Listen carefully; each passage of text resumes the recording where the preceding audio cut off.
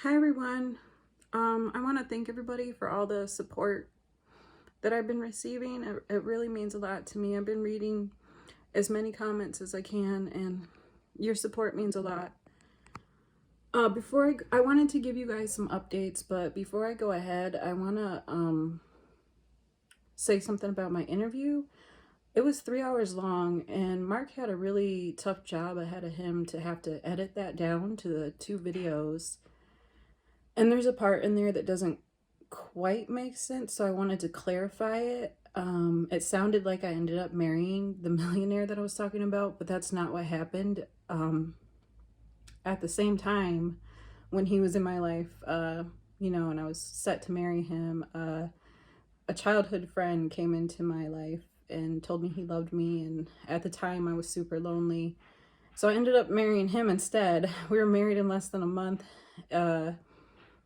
Bad decision, tack that on to my string of bad decisions. And it was a shit show. I ended up having to leave him.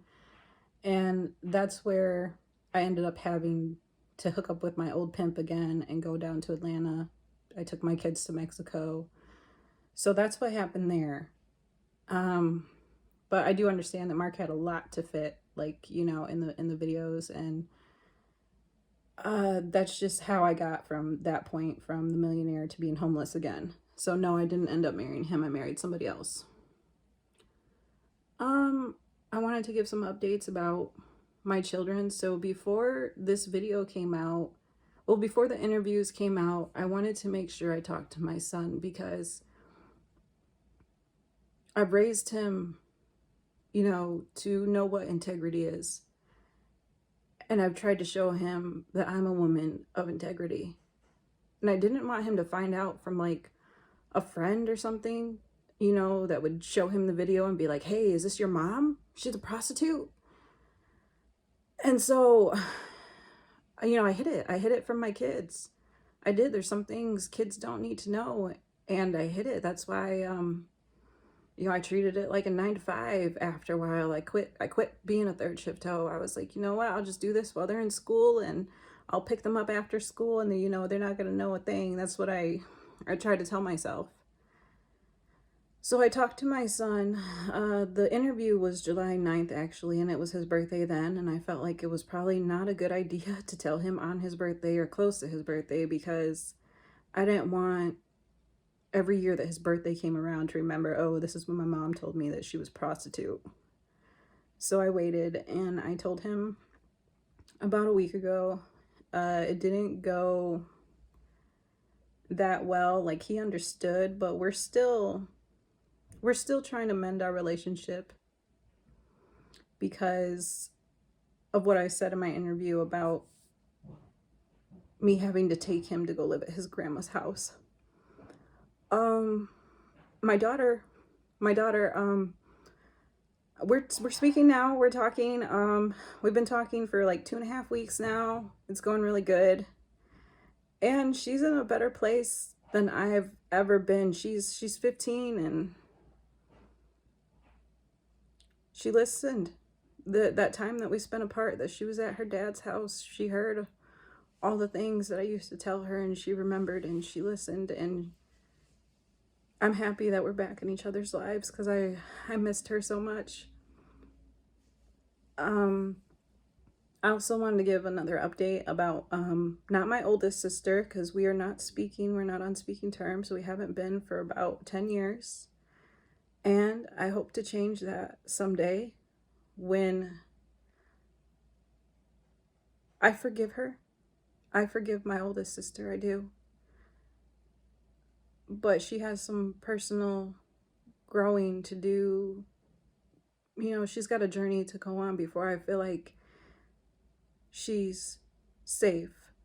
Like, I want to feel safe with her in my life. I don't want to feel like she's a danger. So that's what's going on with my oldest sister. But my middle sister, so back to when I was leaving my second husband, I called her again, just like when I was leaving my first husband, and asked her if she could help me out, give us a place to stay. She said no.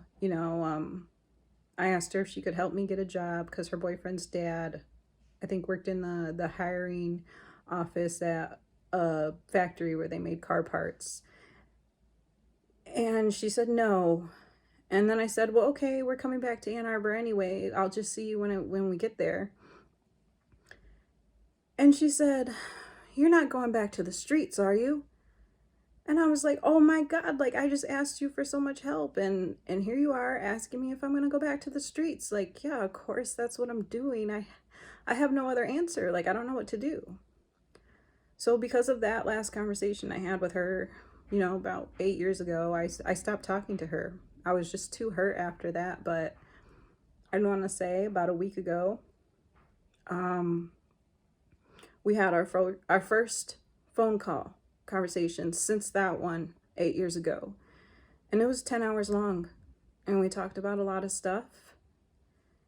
And I guess, you know, I have my middle sister back. She has her little sister back. And I have a little more family. I mean, we have a long ways to go, but we are in each other's lives and we're mending our relationships. So I'm happy that I have my sister. I'm happy. I'm so happy I have my daughter. My son, we talk, but there's a lot of mending that needs to be done. There really is. And I hope we can find a place of healing with each other eventually when he's ready. And that's all the updates that I want to give for right now. I'm open to questions if anybody has any questions, and you know, whatever anybody wants to know. I guess I'm an open book now. I don't have anything to hide. I put my biggest secret out there. It was hard. It was hard. It was hard living this life where, you know, like a double life. I kept a lot of boundaries, and a lot of people didn't know, you know, about the prostitution.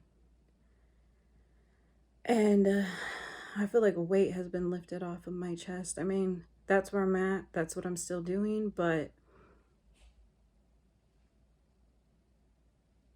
it's not weighing me down anymore. And I have a plan to move forward. I'll talk about it in another video. Thank you, everybody that has subscribed, for listening, you know, reaching out to me about their own journeys and their healing. And I appreciate everything. I really do. Thank you. I'll be back.